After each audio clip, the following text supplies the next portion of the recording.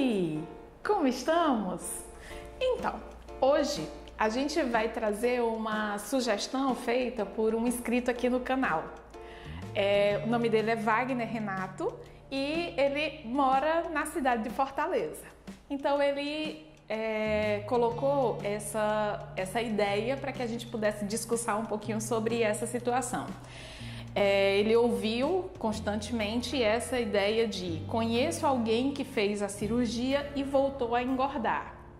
Então a questão é, como é que alguém fez a cirurgia bariátrica, reduziu o estômago, tanto faz pelo método do sleeve, que é a cirurgia vertical, como pelo método do bypass, que é aquela cirurgia que tanto mexe no estômago como mexe no intestino. Então, como é que alguém que reduz o estômago dessa forma começa a engordar e engorda ao ponto de chegar quase que ao peso de antes da cirurgia?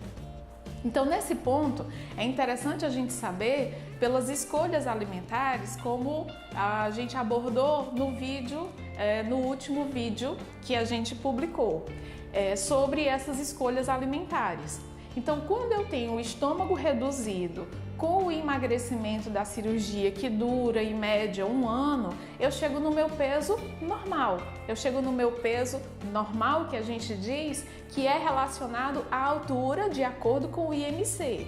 Então, eu tenho um cálculozinho ali que fica com uma posição ideal de peso pela altura, certo? E esse estômago está diminuído. Então, como é que alguém consegue se alimentar ao ponto de voltar a engordar de novo? O estômago dilata? Não. Posso dizer para vocês que o nosso estômago, ele não tem um tecido que possa formar essa dilatação após a cirurgia bariátrica. Por favor, se alguém entender que isso é um erro, por favor, deixem os comentários aqui e a gente vai discutindo sobre esse tema. Mas até onde a gente tem estudos científicos comprovando que esse estômago não dilata. Mas a gente precisa perceber que diante das alimentações que a gente faz, por isso que é tão importante o nutricionista estar orientando essa pessoa, ela pode, se não tiver essa orientação, ela pode realmente ter alguma complicação como reganho de peso. Então vamos entender uma coisa. Qual é o peso de um prato de lasanha? O peso de um prato de lasanha, ele pode ser, dependendo, vamos colocar aqui num peso de 300 gramas. O peso não é proporcional à quantidade que a gente come, necessariamente. Então o que a gente está vendo? 300 gramas ele fica pesado, mas ele não fica farto, visualmente falando. Então o que a gente vê com tudo isso? Que na hora que a gente tem um peso que não é aquele peso visualmente elaborado, a gente acaba errando nesse contexto e a gente acaba comendo mais quantidade calórica do que volume necessariamente. Então, a gente tem que entender que diante de uma organização dessa parte nutricional, das escolhas nutricionais, eu posso comer pouco e engordar. Então, vamos aqui para a nossa região. Se eu pegar 5 castanhas de caju, gente, é uma delícia castanha de caju. Então, se eu pegar 5 unidades de castanha de caju, a gente não consegue colocar essas 5 unidades na nossa mão? Conseguimos. Então, se a gente perceber, isso não é um volume tão grande.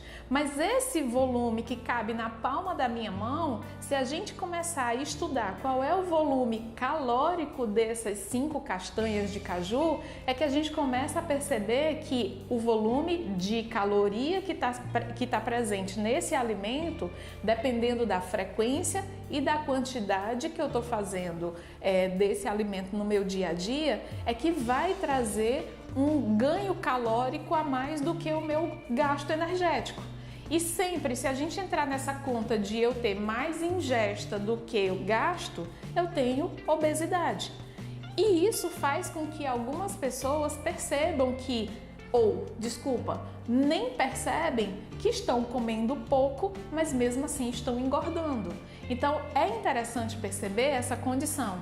Eu já tive algumas pessoas me perguntando aqui, mas eu como muito pouco, meu almoço é muito pouquinho, é uma tigela pequenininha. Mas vamos entender, se essa tigela pequenininha tem arroz, macarrão, feijão, farofa a gente gosta, né? Então a gente tem ali alguns carboidratos que, pela nutrição, podem atrapalhar essa perda de peso, essa manutenção do peso perdido. Porque eu tenho muita quantidade de carboidrato e eu tenho pouca unidade nutritiva. Então eu preciso melhorar essa quantidade e isso o nutricionista faz muito bem diante dessa organização das escolhas, para que eu possa continuar mantendo a minha perda de peso e em um momento que eu estabilize o meu peso, eu consiga chegar no meu peso ideal e agora manter o meu peso ideal pelo tempo que eu quiser. Então, se eu tenho pouca quantidade, mas eu não consigo entender qual é o valor calórico dessa quantidade, eu posso estar errando. Então, se a gente observar um bombom visualmente não repercute quase nada no nosso dia em alimentação.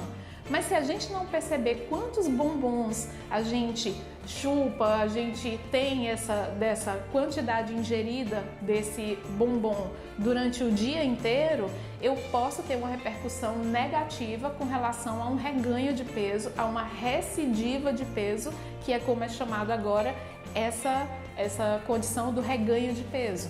Então, são pequenos volumes que a gente não consegue perceber e que repercutem no final dessa ideia ou dessa condição da manutenção do peso perdido ou mesmo na manutenção da perda de peso. Então, por isso que é tão interessante a gente começar a aprender a ler rótulos.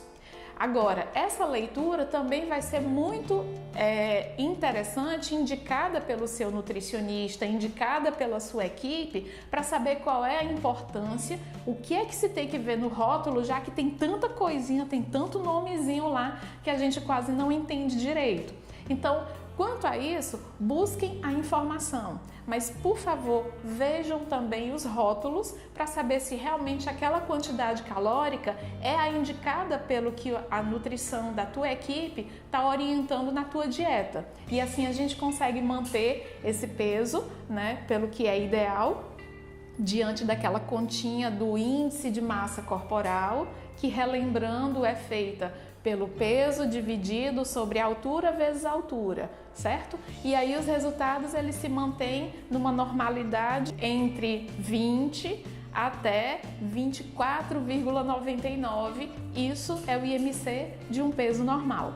Então, diante dessa condição, desse cálculozinho e das orientações da sua equipe, a gente pode realmente entender que algumas condutas que a gente faz negligenciando informações no nosso dia a dia podem sim repercutir no nosso reganho ou às vezes mesmo nessa manutenção do peso a longo prazo, ok? Então ficamos hoje por aqui. Wagner, Renato, muito obrigada por essa sugestão.